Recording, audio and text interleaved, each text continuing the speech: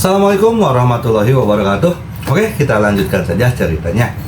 Tapi seperti biasa, yang belum bantu tekan tombol like, bantu dulu Mimin untuk tekan tombol like-nya. Yes. Jumat, tanggal 24 November tahun 2023. Update tercepat, bab terbaru nunggu rilis dari autornya. Gaya menggambar pedang cepat, bab 2978 sampai bab 2979.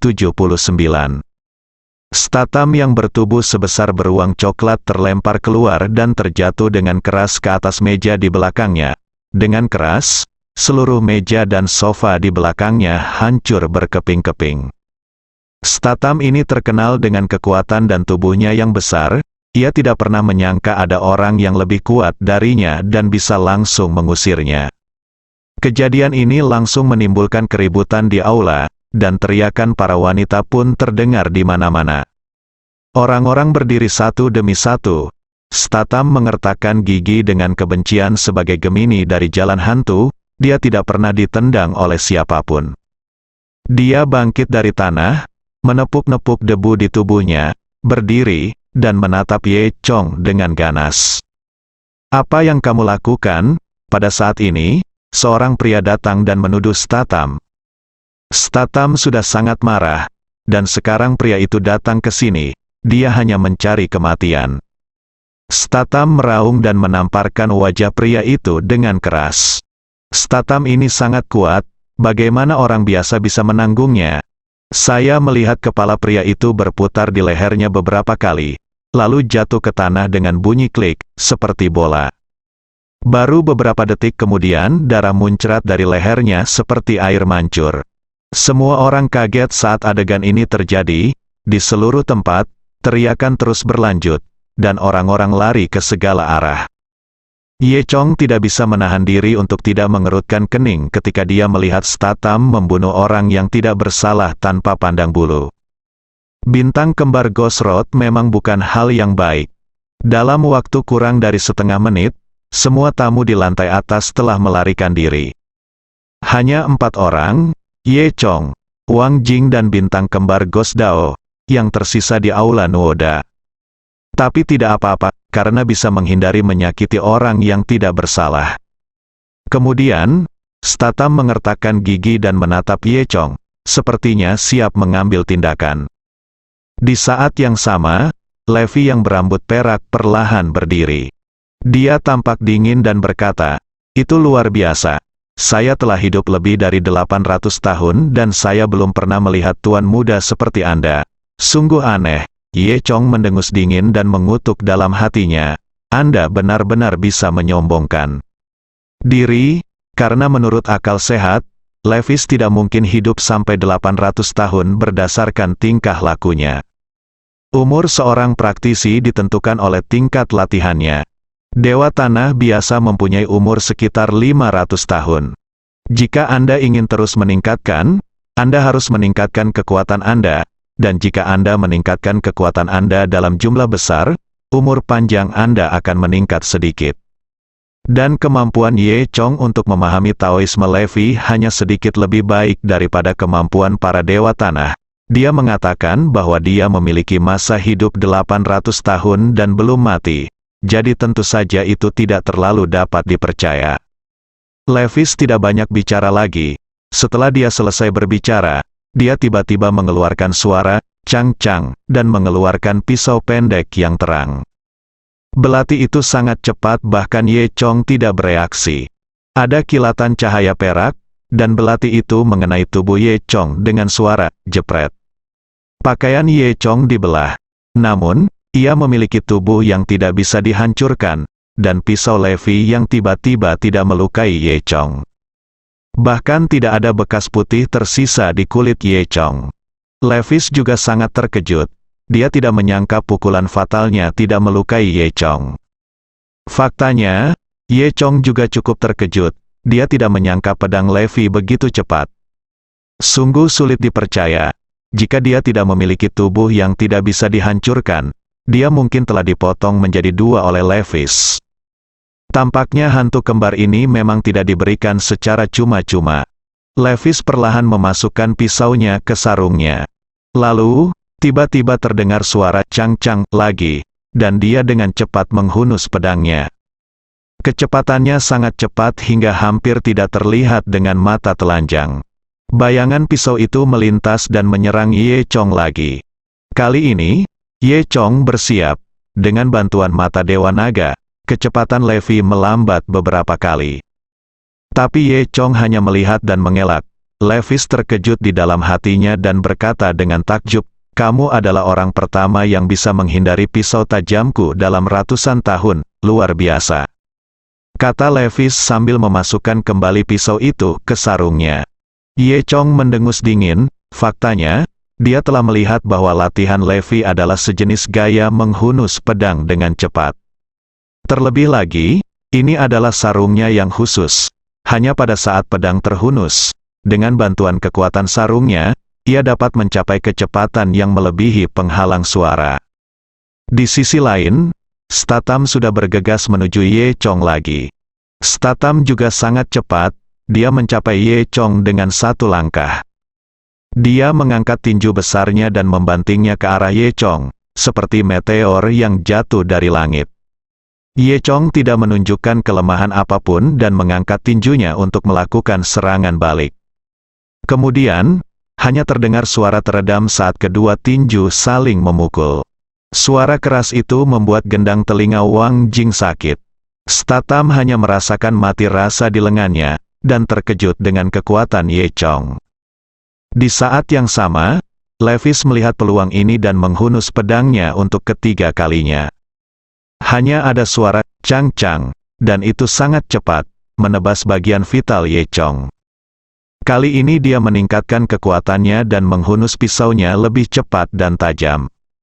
Levis tidak percaya bahwa Ye Chong benar-benar kebal. Statham gagal mencapai target, jadi dia pun membalikkan tinjunya dan membantingnya ke wajah Ye Chong.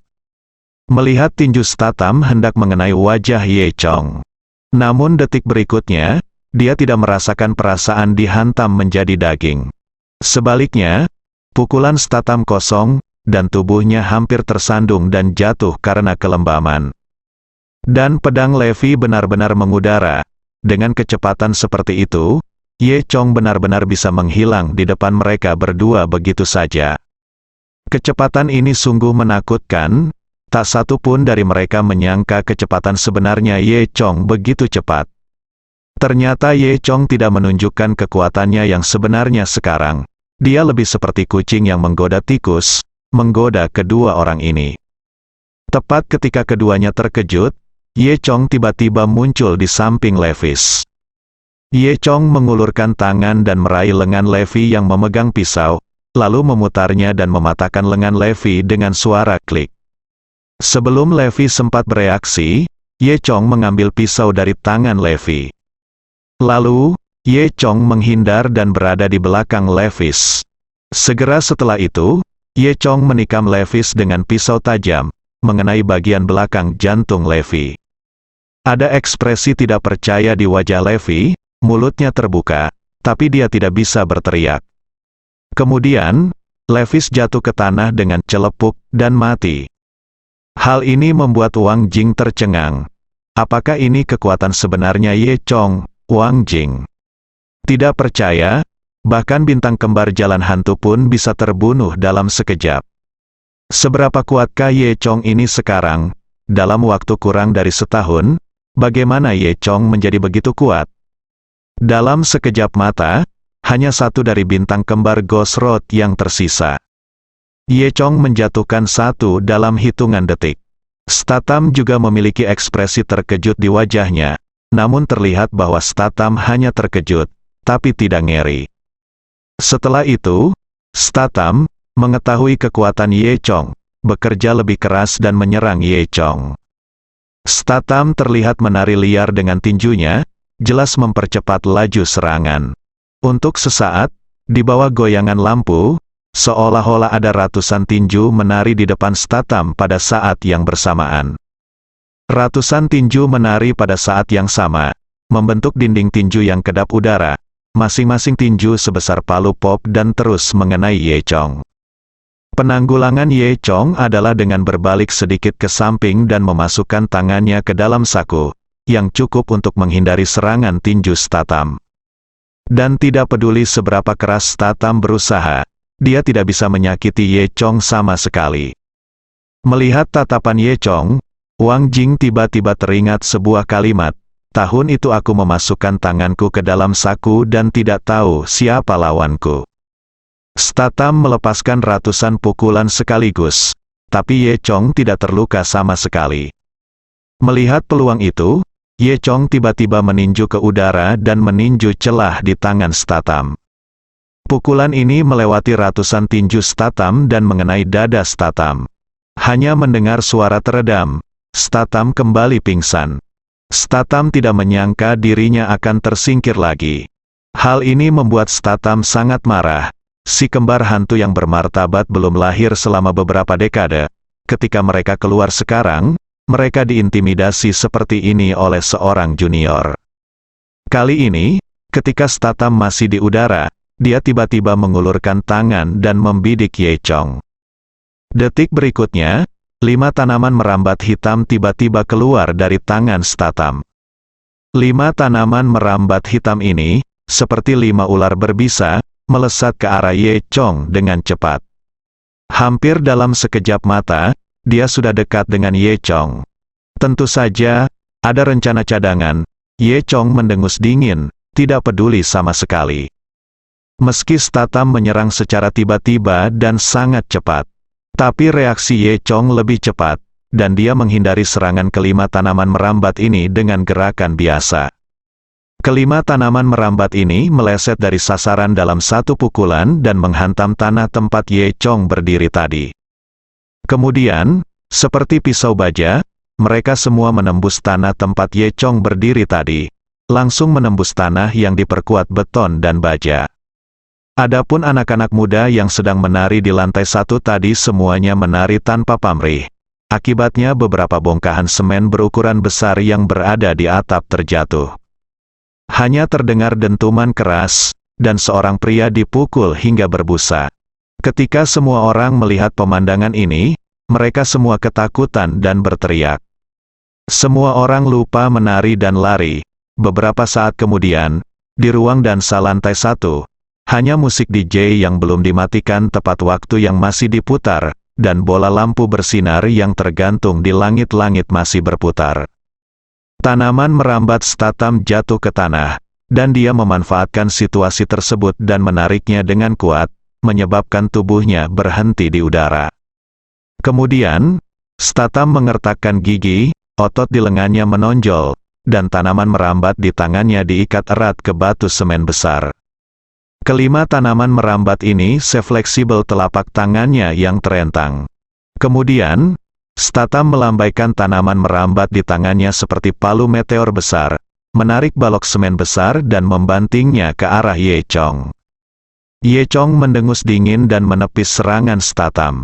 Dia berdiri di sana dengan tenang, menunggu batu semen Statham jatuh. Dia meninju dan menghancurkan semen itu dengan keras. Pada saat yang sama, Ye Chong tiba-tiba merasakan hembusan angin lewat di belakangnya. Mungkinkah hati Ye Chong tergerak? Namun, saat Ye Chong ingin bereaksi, semuanya sudah terlambat. Terdengar suara cangrang, suara menghunus pisau yang familiar, dan kemudian pisau baja tajam menusuk punggung Ye Chong. Ketika Wang Jing melihat pemandangan ini, dia menjadi pucat karena ketakutan dan menutup mulutnya. Karena dia melihat Levi, yang baru saja dibunuh oleh Ye Chong, hidup kembali. Selain itu, Levis ada di belakang, memanfaatkan gangguan Ye Chong, untuk menyerang Ye Chong secara diam-diam dari belakang. Pisau baja itu menusuk punggung Ye Chong. Pada saat ini, tawa Levi yang menyeramkan terdengar di telinga Ye Chong. "Jie, nak, kamu masih terlalu muda untuk bertarung dengan si kembar hantu kami." Pada saat yang sama, di sisi lain, 5 tanaman merambat Statham juga mengikat Ye Chong dengan erat. Keduanya mengira mereka telah sepenuhnya menaklukkan Ye Chong kali ini. Ye Chong tidak pernah menyangka bahwa Levi akan bangkit dari kematian dan menyerangnya. Oleh karena itu, Meskipun kecepatan reaksi Ye Chong sangat cepat, dia juga tertangkap kali ini. Ye Chong menoleh untuk melihat Levis, berpikir sejenak, dan berkata, "Jadi, kemampuanmu yang sebenarnya adalah keabadian. Hehehe, itu benar. Nak, apakah kamu benar-benar berpikir bahwa memiliki suatu kemampuan itu hebat? Apakah kamu pikir kami, si hantu kembar, tidak bisakah membunuhmu?" Levis mencibir. Ye Chong tersenyum dan menertawakan dirinya sendiri. "Sepertinya kali ini, aku benar-benar ceroboh." "Iya, kamu ceroboh, dan kamu akan kehilangan nyawa karena kecerobohanmu," Levis melanjutkan. "Oh, benarkah?" Ye Chong tersenyum. Levis mencibir, "Kematian sudah dekat, tahukah kamu?" Sebelum dia bisa menyelesaikan kata-katanya, cibiran itu membeku di wajahnya. Karena Levi menemukan kelainan Ye Chong, keadaan Ye Chong sepertinya tidak ditusuk oleh dirinya sendiri. Mengapa sepertinya tidak terjadi apa-apa padanya? Ketika Levi sangat terkejut sehingga dia segera menundukkan kepalanya untuk memeriksa, dia menemukan bahwa pisau tajamnya tidak menembus tubuh Ye Chong sama sekali. Ternyata karena dia terlalu kuat, dia menekan tubuh Ye Chong, dan kekuatan kuat di kedua sisi dengan paksa membengkokkan pisau baja. Pisau baja itu bengkok, dan awalnya Levi mengira pisau itu telah menembus tubuh Ye Chong. "Baru sekarang aku menyadari bahwa Ye Chong tidak terluka sama sekali." "Mustahil, sama sekali tidak mungkin," kata Levis terkejut. "Ini pisau baja yang bisa menembus berlian yang paling keras, tapi tidak bisa menembus tubuh seseorang. Ye Chong sebenarnya terbuat dari apa?" Pada saat yang sama, Statham di sebelahnya, yang belum menyadari situasinya, mencibir, "Anak ini memiliki beberapa keterampilan, tapi itu saja." Kemudian, Statham menemukan kelainan Levi dan bertanya dengan ragu, "Levis, ada apa denganmu?" Tanpa menunggu jawaban Levi, Ye Chong mendengus dan bergumam, "Ini tipuan kecil." Setelah mengatakan itu, dia mendengar Zeki di sekitarnya tiba-tiba melonjak, dan kemudian dengan suara "bang", 5 tanaman merambat Ye Chong diikat. Semuanya hancur karena guncangan dan jatuh ke tanah berkeping-keping. Apakah ada rekomendasi judul atau cerita baru untuk Mimin Upload? Kalau ada silahkan tinggalkan di kolom komentar. Terima kasih bersambung.